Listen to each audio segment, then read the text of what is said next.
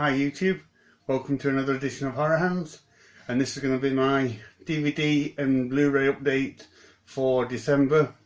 Just going to go through all the things that we got, things that I picked up, and a few things that I got for Christmas. So, first up is Alien Covenant. This one was okay. As an Alien film, I didn't enjoy it all that much. But as a film itself, I thought it had quite a few interesting concepts. It was, I don't know, have you seen it? Yeah, I saw it at the cinema, didn't I? It's quite a philosophical one. There's a lot going on. It's quite like existential, and I just think Alien was so simple yet so terrifying. This one just had so much other stuff going on. So I don't think it sits well in the Alien franchise. But as a film itself, I think it definitely had something, and there was a lot of interesting ideas and concepts. So yeah, as a film itself, I enjoyed it. As an Alien film, a little bit disappointing. What's next? Next up is The Bat People. Yeah, one I picked up from Screen Factory. Decent movie, pretty good.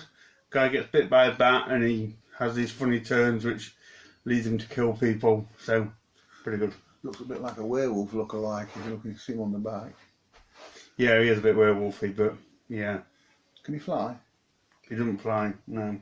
Right,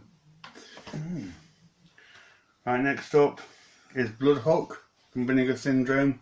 This one I enjoyed. I was surprised how much I did enjoy this one. The last few Vinegar Syndromes have been a bit iffy, but this one was enjoyable. This one takes place in and around a fishing lake. Where a killer with a big fishing hook kills people. He kind of reels people in and kills them. So, yeah, I enjoyed this. Nearly 2 hours long as well, which is unusual for these low-budget regional horror films, but didn't drag like some of them. So, yeah. Next up is Blood Reaper. This was an enjoyable one as well. This is a slasher movie in the woods. Low budget, looks low budget, but they've got the sense to keep the pace going enough happening throughout the film. So I did enjoy this one, and this one actually had a jump scare that I didn't see coming. So I give credit to any film that can surprise me like that. So yeah, got no problem with Blood Reaper. That was a good one. Next up is the Boogans, however you want to say it. I enjoyed this one. Monster movie from the 80s. People go into this abandoned mine and there's like a creature down there. You don't see the monster till the very end of the film, but it was enjoyable, and I really like the characters in this movie too. They had some pretty decent characters, so that kept it entertaining. Now next is The Brain That Wouldn't Die. Ridiculous but entertaining at the same time. From the it came out in the 60s. I believe it was made in the late 50s, but because of its at the time controversial nature, it was held back. But it's it's an interesting one. I think it comes to the Mystery Science Theatre track, which gives you an idea of the quality of the movie nowadays. But I enjoyed watching it. And next up is Bundy and the Green River Killer. This is a bit like a Silence of the Lambs type film where they're trying to track down the Green River Killer, and Ted Bundy is giving them pointers as to where he might strike next. It was okay. I do like the story of this. The only problem for this is the acting was really wooden, really bad acting. And if you've ever seen anything about Ted Bundy, he was a very charismatic guy, very sort of easy to get on with in a way. And the guy playing him just didn't quite have those qualities about him. He also really looked like Sheldon Cooper from Big Bang Theory, so didn't quite. Next up is Camp Blood, which I've not heard anything good about, but I've always wanted to see it. Finally found a cheap copy of it, and I have to say I quite enjoyed it. It's really is low budget, shot on video, kind of amateurish stuff. But I don't know whether I was just in a good mood for Christmas. I don't know, but I really enjoyed watching this one. I think anything with a clown is scary though. I don't know, this is pretty amateur stuff to be honest, but it's alright. Belongs in a circus. Alright, next up, Centipede Horror. Man, this is a weird film. This is a film from, I think, Singapore or somewhere, and about a guy who casts evil spirits on people, evil spells, famous for using real life centipedes, which aren't in it that much to be honest, but very, very bizarre film, very strange. It's very hard to watch as well because it's subtitled, but the subtitles are really blurry, and in some cases they don't even fit on the screen, and it's hard to keep up with them. So not only is it a crazy film that doesn't make much sense, you also can't really read what's going on. So yeah, next. Enough said on that one then. Next up is The Chill Factor from Arrow Video. This one was alright, this was pretty decent. I keep thinking this was a slasher film, but it's not. It's like demonic possession in this little cabin in the snow. But it's a bit of a slow burner, but enjoyable enough. Didn't mind that one. Not a lot on the back, but no. I think the front says it all. Next up is Dead Shack. This was a good film. I like this. Like a zombie comedy film.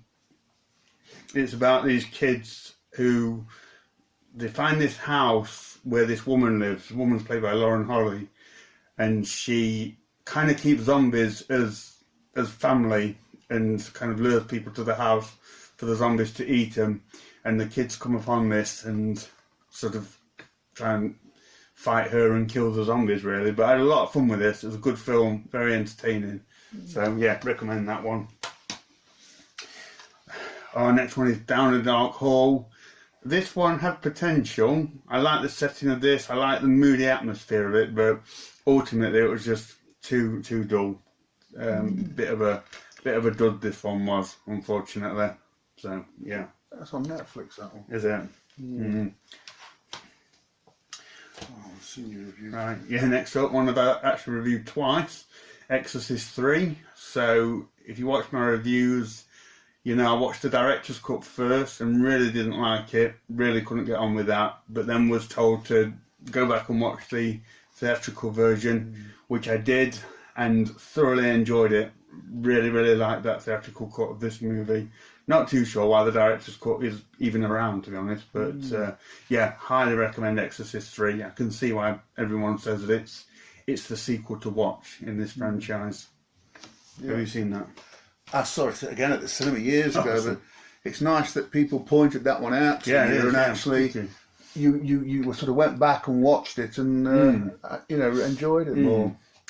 So this one is Followers. This is a like found footage type film. Interesting concept. It follows this couple who have a blog, like a social media blog, and post videos, and they are kind of tracked down by these like killers when they go on a camping trip. So kind of creepy stuff, but I really like this. It was an interesting concept, kind of a bit of a different take on the found footage genre as well.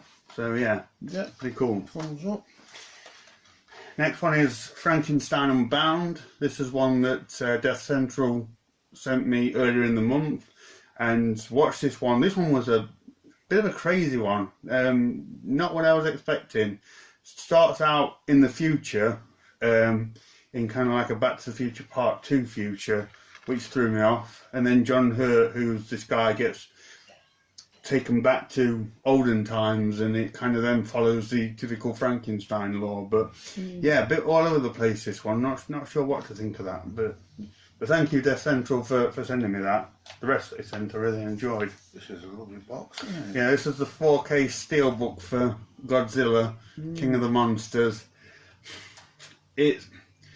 Godzilla in it is awesome, and the fight scenes are awesome, the monsters look great, even the CGI battles look fantastic, but they just insist on running with the human elements, so the family melodrama, the troubled teenager, the people trying to find their loved ones, and it's like, you just don't care, I just want to see Godzilla, and the frustration, there just wasn't enough. Felt like Godzilla was a subplot in this film, but it's a shame because, like I say, the Godzilla moments are fantastic, and this is a really nice steelbook. But Very nice. yeah, I need more Godzilla next time. Right, next up is Haxon from Criterion. This is a silent film from 1922, and it's like a kind of like a documentary sort of thing about devilry and witchcraft and Satanism. Really, really good film. I didn't quite know how I'd get on with this one for such an old film, but it's surprisingly entertaining and surprisingly engaging. It's an hour and 45 minutes long, but that passed really quickly, and I was really kind of captivated by what was going on and what kind of what they teach you in a way. It's a bit like watching a historical account of this period in time when everyone believed in witchcraft and the crazy things that they did to people. Next up, I know you've seen this one, is Hellfest, which I enjoyed, you not so much. It was okay, it's okay. I thought it is, it's okay. I actually found the theme park setting more entertaining than anything else that goes on in the film. I was just happy to watch that sort of Halloween horror night that they put on at the theme park. I thought that was amazing. But as a slasher film, it is okay. Pretty standard stuff. Tony Todd makes an appearance, which is cool. So yeah, Hellfest. Up next, another one that Death Central sent me this month, and that's I'll Always Know What You Did Last Summer. So this is the third film in the I Know What You Did Last Summer series, and I really enjoyed this. This surprised me, actually. I thought it might not be that great, but I had a lot of fun watching it. Quite like the concept of teenagers doing something bad and then someone using that and stalking them and killing them off. So yeah, had a lot of fun watching this one.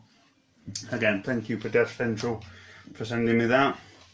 Sent me this one as well, Jack the Reaper. Another slasher type movie. Pretty good. Tony Todd's in this one as well. Tony Todd again, yeah. So this one takes a bit of a while to get going, up to about the hour point in the film when things start happening. But after that, it's these teenagers getting stalked in a fairground, which is really, really cool. So yeah, I did enjoy that one. Next up, is Lights Out. Finally got around to picking this one up and really enjoyed it. Very creepy, very well done. I like the story of the kind of ghost being present when the lights are out and things like that. So yeah, I really enjoyed this one. Good one. Right. Next up is not a film that I'm particularly that fond of, but it's Hammer. So picked up Lust for a Vampire. Not the first time I watched this was a long time ago. Probably one of the first Hammers that I watched, because kind of watched like Dracula, Curse of Frankenstein, The Mummy, and then like this. So a bit of a drop in quality. And it was the first one that I watched which didn't have either Peter Cushing or Christopher Lee, who I sorely missed whilst watching it. But watching it again, I enjoyed it a bit more. It's not too bad. Not one to show off Hammer's greatest work, but yeah, enjoyable. Next up is Mega Snake, some CGI snake craziness. This was good actually. I did enjoy this. It's this like super rare snake that this guy he steals from a pet store.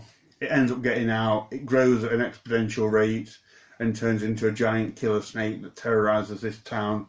Really, really bad CGI, but stuff like that doesn't bother me too much now. I've mellowed out to bad CGI, so I was able to enjoy this film for what it is.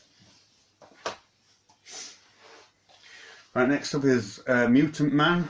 This one I actually fell asleep watching. I watched it when it was Christmas night, so I'd not slept Christmas Eve because I'm too excited, and then by Christmas Day night I'm falling asleep, so I did put this on, but I actually didn't see it finish. It wasn't great, but I do want to go back and rewatch it because it wasn't so bad that it made me fall asleep, if that makes sense. So yeah. Yeah, do you know what? I don't sleep very well. Perhaps I should put this on. Right, next up. Nice case again. Yeah, nice steelbook for The Orphanage.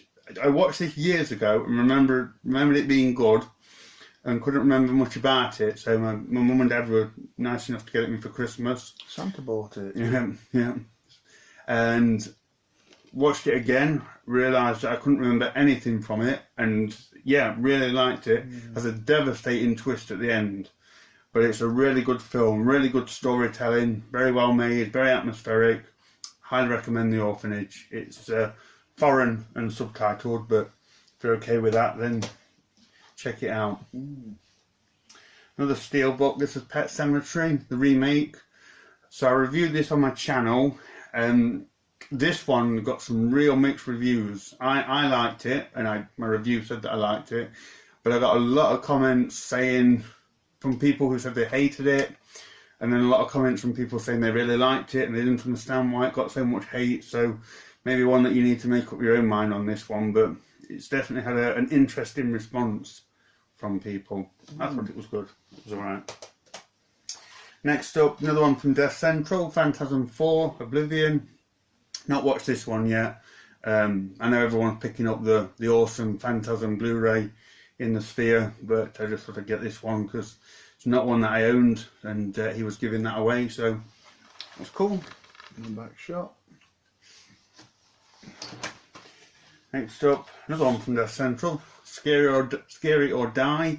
This was an anthology film, and a pretty good one as well. This was beginning of the month, I think, that I watched this one, but I specifically remember the one with the clown on the front. That was a really good, creepy story, and the others were good as well. So yeah, that was an entertaining watch. Another clown, you see? Yeah, lots of clowns. Next one is Shuttle. Not watched this one yet.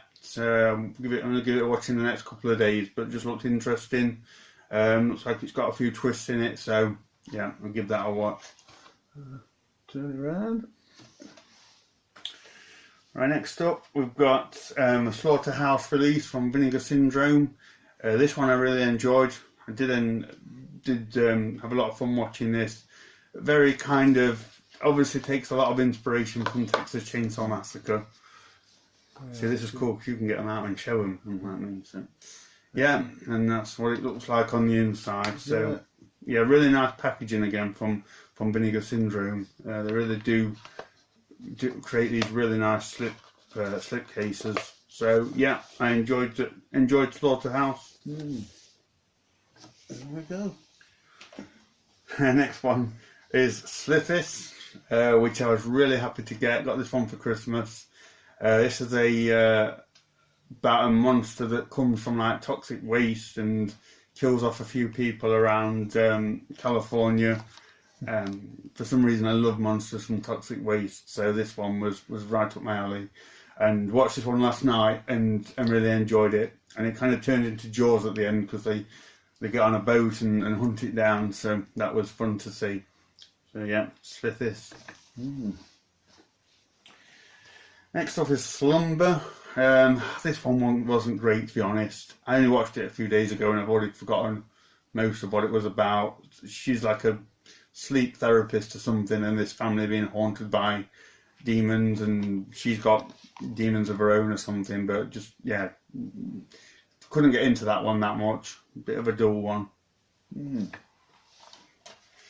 Next up, a film that I've never seen until now, and that's Teen Wolf with Michael J. Fox. It was alright, a little bit cringy nowadays, but it was enjoyable enough, and I did like the werewolf makeup that was done on him, so yeah, okay, but probably not watch it again anytime soon.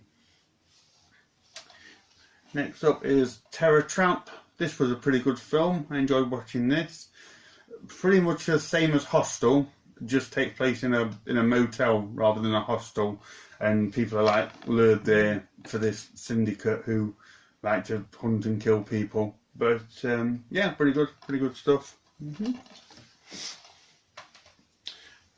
And then again, finally got around to watching Us. It was okay, nowhere near as good as Get Out for me. I much enjoyed Get Out.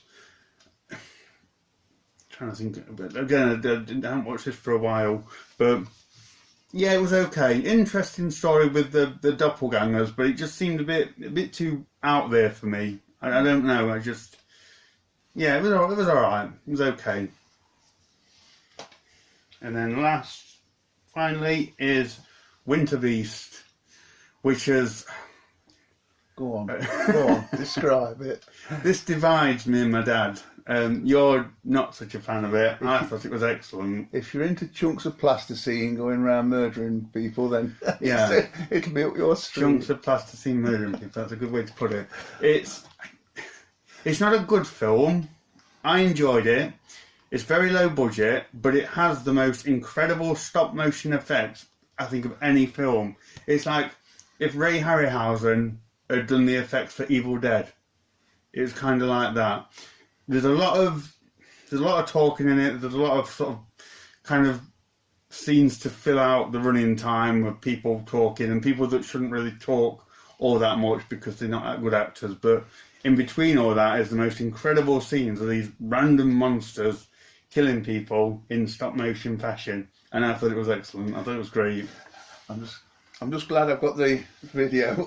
I actually got to see my expression on that one. I thought it was good anyway. Yeah. So that is everything that we got in December. So any of them that you like, let me know. Any that you didn't like, let me know. Thank you very much for watching and stay tuned for more videos. Happy New Year to everybody as well. Yeah, all the best, guys. Thank you. And see you in 2020.